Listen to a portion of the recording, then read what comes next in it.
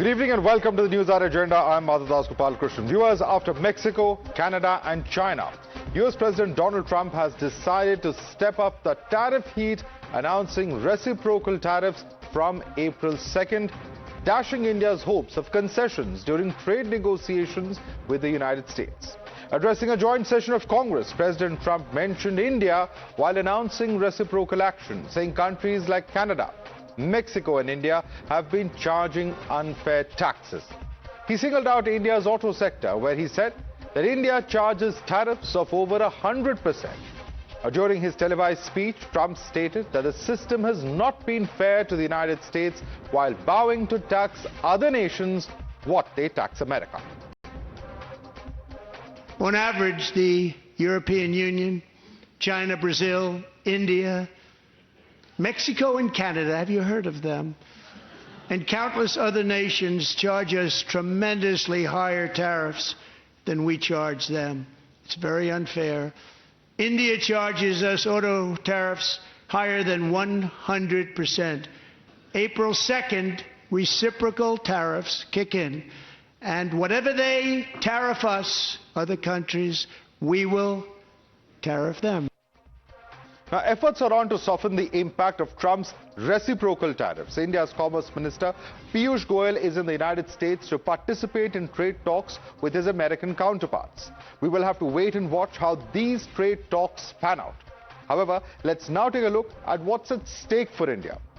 For India, US is the top export destination, accounting for 17.7% of India's total exports in the year 2023-2024. That's what we are looking at. It's followed by UAE at 8.2%, SAARC countries at 5.9%, China at 3.8%.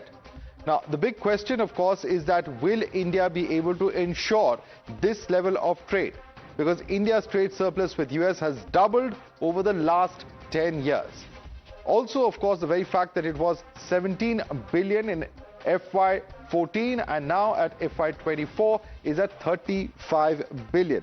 It was 0.9% of India's GDP, roughly the same in terms of percentage terms at 1% of India's GDP, but certainly has grown, and the fact that it has doubled over the last 10 years makes it very, very significant indeed for India. Now, of course, along with this, what's the likely impact on India? Here's what various financial think tanks and research bodies have to say. Goldman Sachs has said that India's GDP might take a 0.1 to a 0.6% hit from the US tariffs. There's also an estimate that's been done by SBI Research, which says that the reciprocal tariff by US is more of white noise, even if overall incremental tariff levels are at 15 to 20%. The impact on exports to the US would be limited to 3.5% is what SBI has said. They've also said that there will be higher export goals that will negate this limited impact that will be seen on ground. You're watching the News Hour at 10, debate number 1 on Times Now, Super Prime Time.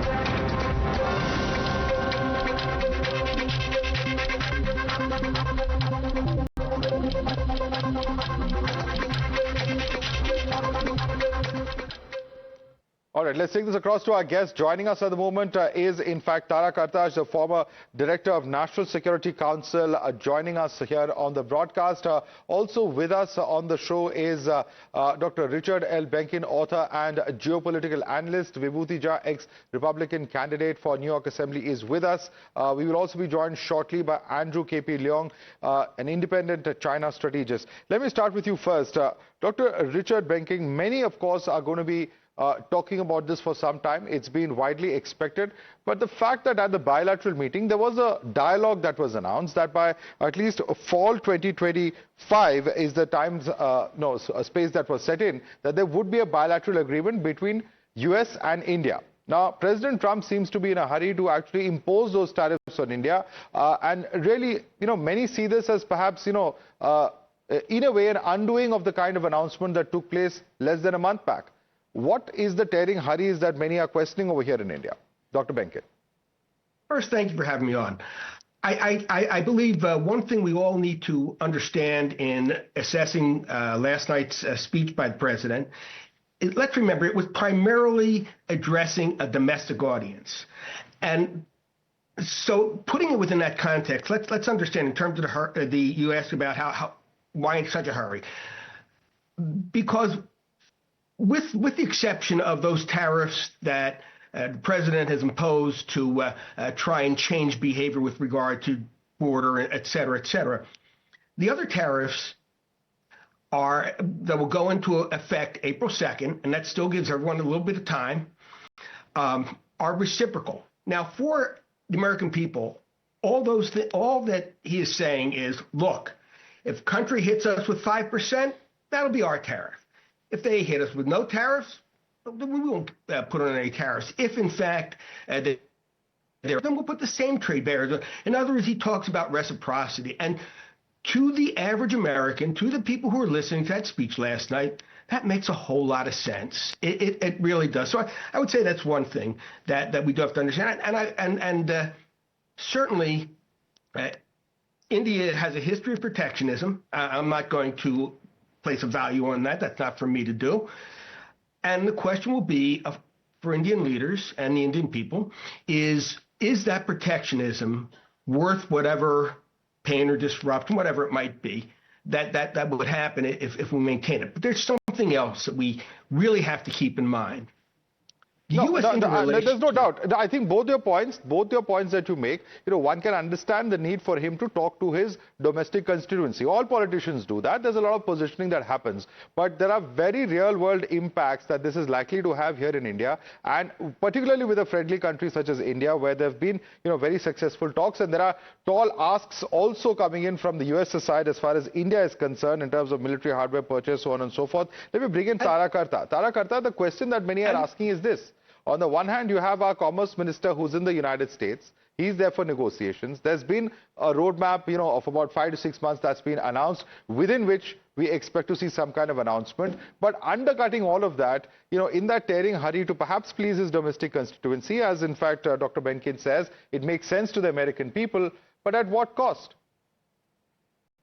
I think I saw a Senate report in 2019 which said that Trump's tariff policies lost the US 300,000 jobs. I mean, so I'm sorry, this doesn't make any sense. Now, you could say the Senate report was biased, it was 2019, all that stuff, but then those are the facts which I get from the report. Number two, the fact is, I don't have the figures offhand, but I have the older figures, that exports to India created way back in 2017. This is way before we got 40 billion worth of investments, Indian investments in the US. Is that creates its own set. US exports to India creates jobs in the US. So this is an economic mess. I mean, the US should know this. After all, the United States was created because of a trade war. Remember that. You remember the whole Boston Tea Party thing? That was a trade war, right? It's a very damaging thing. Absolutely. So here are two pieces of evidence. Yeah, and let me bring in Vibhuti Jha on that. Vibhuti Jha, the big question is this, that over the years we've seen trade increase drastically. In just the last 10 years, it's doubled, and US is one of, the biggest, export markets as far as India is concerned. Even if there are differences in terms of the way taxation takes place, tariffs take place, there's room for negotiation. There are two friendly countries. We certainly aren't enemies. And in the words of Warren Buffett, this could be taken as an act of war. China's actually responded saying exactly that. Why risk that, diplomatically speaking, with these kind of sudden knee-jerk tariffs? Why not give it a little time and space before implementing it? Thank you. Thank you very much for having me. And apart from being a ex-Republican candidate for New York Assembly, I'm also a student of international banking and finance, and having worked in that domain. Tariff has always been an element of trade negotiations. As you rightly pointed out, that it has a historical precedence. There's nothing new about it. There are three key elements of tariff. One is, what the consumers are willing to pay. So if people in India, for example, I do remember that people were paying 3 times the sticker price of BMW, Mercedes cars in India at one point in time. They were paying 3 times. So if the market can bear it, the consumer is willing to pay, that is the revenue for the government. That's one part. The second part also is that what can the market sustain? That is what Mr. Piyush Goyal is there in the US to negotiate.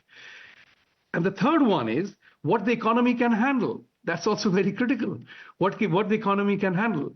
But remember one thing, that today's, just a few days ago, I talked about it, that the 2024 census of United States trade data revealed that India ranks number 10 in 1 to 10 in terms of the trading partners at $86 billion or so, whereas Mexico is $440 billion, China is 404, and Canada is 390. And I was saying at that time that the sole purpose that Prime Minister Modi and President Trump can come together on Make MAGA and Make in India is to show how to enhance this trading relationship from $80 billion to $200 billion. And I was delighted that after their bilateral meeting, they said, we will do it $500 billion. So think about the opportunity that lies there between India and the United States. There is so much more to gain. And in my personal opinion, since I came to this country in 91 to market India's liberalization program, there is a lot to do for both the countries. We cannot allow ourselves for these tidbit matters, which are essentially a negotiation tool. That's all that is there to it. So there will be a little bit of a haggling here or pulling the strings there, pulling the string there. And I think both the countries have so much convergence of interests, both economic-wise and political-wise and international relation-wise, that this tariff, in my humble opinion, is a remarkably minor matter. Right. And that will get sorted out. There's another way of looking at it, Tara, that, whatever's happened domestically, our own manufacturing, there's a lot that needs to be done. In fact, Andrew KP Leung is joining us, who's an independent China strategist. Thanks so much for joining us, Andrew. But before I come across you, I want Tara to come in on this. Is this also a chance for us to actually fix things domestically in terms of manufacturing, the kind of growth, Make in India, etc. A lot of noises have been made, but the most, liberal of analysts will also say that a lot more perhaps needs to be done, a lot more perhaps in terms of innovation, technology. It's a chance for us also to actually step up our game, look at other markets also perhaps, rather than just focusing on the US.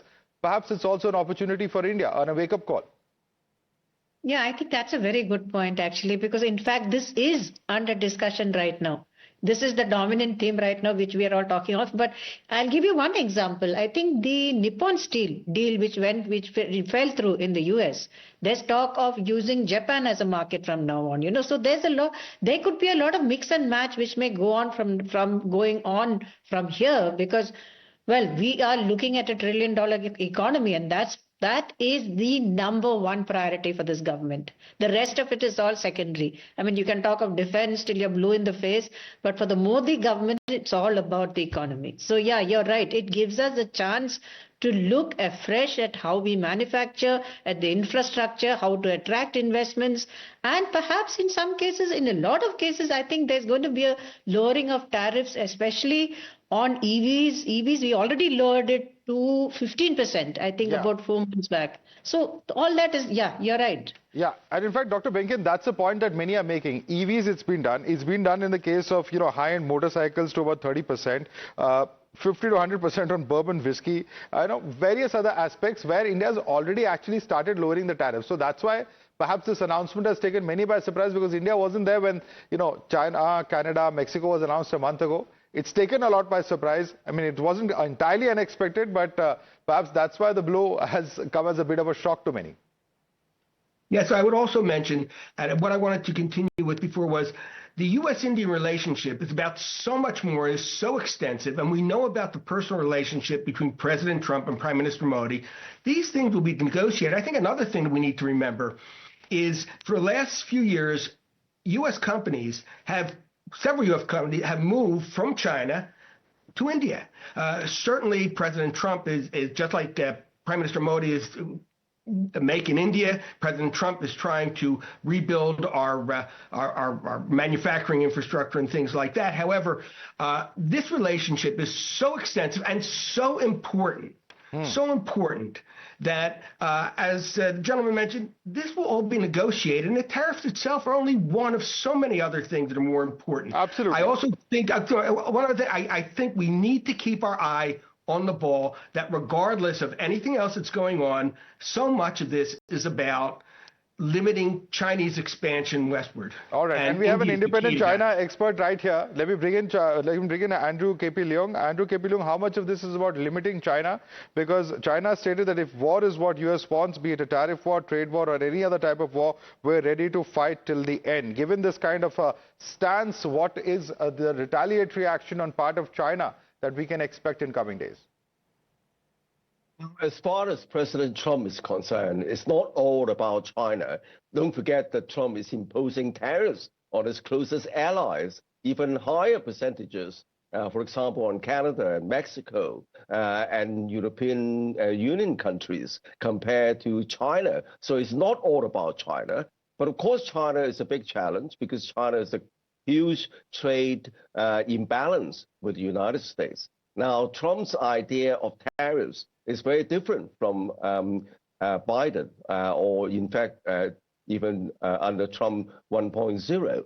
I mean, he regards any trade imbalance as a reflection of America being cheated or being shortchanged, regardless of the fact that even though there is a deficit on the trade in goods, and there is a positive surplus on trade in services, because American exports and services, it discounts that side of the equation, and it just focuses on trade in goods.